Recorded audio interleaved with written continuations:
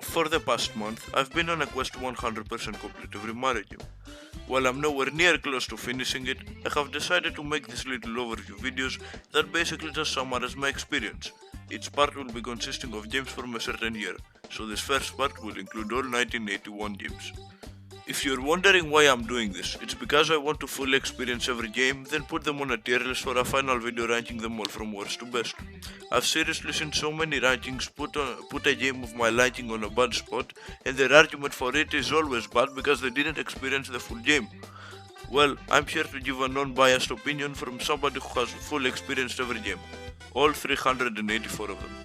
Wait, what do you mean 384? Well, this series is gonna include mainline Mario games, all games starring other characters that aren't Mario, spin-offs, third parties, ports, remakes, crossovers, games not even developed by Nintendo.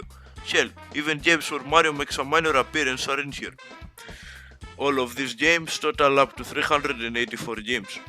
My source is the Super Mario Wiki, but I will exclude Virtual Console/NSO games, the city web games found on Nintendo's website, ports released on two identical systems on the same day, and I'm not gonna touch the Famicom disk system unless I'm playing an exclusive game not available for the NES or the regular Famicom. But we have to start from somewhere. Let's get into it.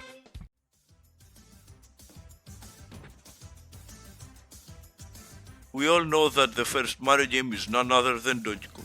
This game is fairly simple. You avoid obstacles and reach the end to rescue Palin or Lady, I guess if you're trying to be a nerd.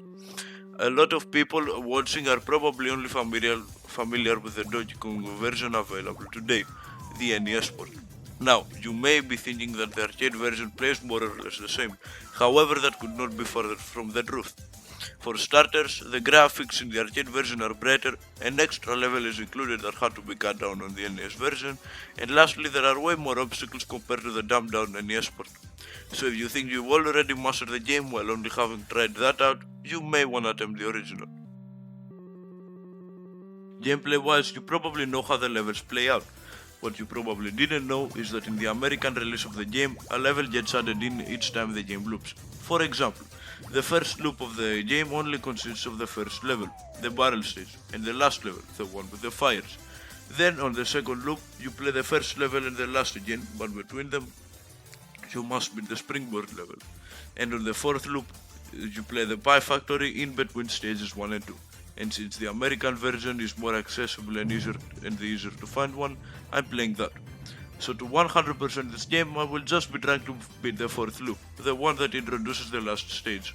Anyway, this weird loop sequence really made everything difficult for no reason.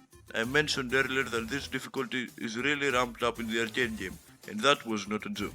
Barrels are everywhere, meaning you need to be very precise in order to avoid death. However, that's not the hard part. Every loop things get faster and a little harder. For example, Donkey Kong now throws the first barrel ahead of you instead of just on top of you. So you must either wait for it to fall and jump over it, or run straight to barely avoid it.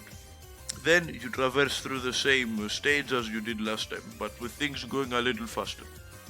Still, not that hard, but it's definitely tough to get through, considering if you game over, you have to beat the two prior stages again. After you beat that, you get introduced to the springboard stage. The strategy for this is to just run for it as soon as the springboard goes away. Go a little over the ladder, then turn back and finish it. Again, a mostly easy stage, but the springboards can really screw you if you're not paying attention. Also, don't go for the umbrella, it's really not worth it. Then you beat stage 4 and 1 again and you get introduced to the Pie Factory. This is probably the easiest out of the bunch, but you can still get trapped if you're not careful. Then you beat the other two stages and you have 100% completed Donkey Kong. Doing this was way easier said than done. All loops total up to 9 stages, and given that you only get one extra one up at 7,000 points, you really cannot waste any, considering that if you die, you go back all the way to the beginning. I remember this feeling like I was just repeating the same thing over and over again and just hope that I never messed up. I struggled so much, in fact, that this game took me 3 days to complete. Eventually, though, I did it and I could move on to the next game. Overall, this was a decent game. It can be very fun and intense at times, but you get way less lives than I'd like, and it can be insanely frustrating when you get bad luck once and suddenly everything is thrown in the trash.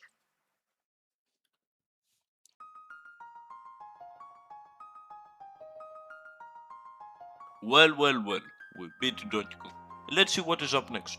Is it Donkey Kong Jr.? Nope, it's actually a bootleg called Crazy Kong. You're probably thinking, what the fuck is this? Well, it's a, bootleg. Why am I playing a bootleg, you may ask? Well, that's because it was officially licensed by Nintendo. Yeah, Nintendo gave this company called Falcon the rights to copy their game and sell it as their own due to a shortage of cabinets after the unexpected speed of sales of the first one. Since it was a bootleg, the price was cheaper and many shops used that instead of the original. But enough yapping about the lore behind this. Let's play. So, what's the difference gameplay wise? Absolutely nothing. What is the difference visually? Absolutely everything. The colors are all messed up and instead of Donkey Kong you're fighting this backrooms entity called Crazy Kong. Also, Mario screams whenever he jumps, which just makes this experience all the more annoying. At least it has a Japanese loop sequence where you get to play all the levels from the first loop, so I got it over with quickly. So overall you should only play this if you want to play the original Donkey Kong but make the experience be 10 times more insufferable.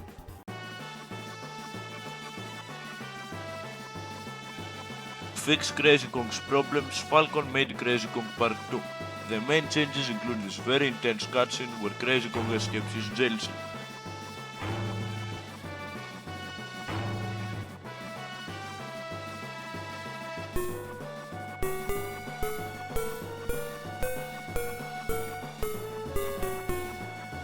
The sprites are fixed and everything is yellow instead of green. To 100% complete this, I need to complete 2 loops, because the second one modifies the barrel stage to include some gaps you have to jump over, and technically that unlocks new content, so I decided to complete a loop that includes that. But that was no problem, I completed the game in like 10 minutes. Alright Falcon, we are doing pretty well with these sales, and by the way, thanks for the help. Now we just need to sit back, not to do anything stupid, and enjoy our riches. Roger that, Nintendo. And I'm totally not gonna breach our agreement by selling Crazy Kong cabinets outside of Japan, which would lead to a lawsuit resulting in my president getting arrested. Yup, totally. In a complete violation of their deal with Nintendo, Falcon started selling Crazy Kong cabinets outside of Japan. Furthermore, they started illegally selling these Crazy Kong boards to random companies, which gave them the ability to easily copy Crazy Kong's code and make their own Donkey Kong bootlegs, resulting in shit games like Kong Gorilla, Donkey King, and Big Kong getting released. Needless to say, Nintendo was furious. They immediately terminated their agreement with Falcon and later took them to court in 1982. Falcon then doubled down by completely stealing Nintendo's new Donkey Kong Jr. and making an unofficial, unlicensed, illegal bootleg called Crazy Jr., which I do not have to play because it's unofficial. But yeah, Falcon's bullshit really sealed their fate. A few years later, the court sided with Nintendo, the company was shut down, and their president was arrested and hasn't been heard from since. Well, that was a pretty bizarre start to the series. But honestly, all this makes me excited for the future. I mean, if this is only the start, who knows what bizarre stories we're gonna be going over in later episodes. But for now, that's all the 1981 games. Peace.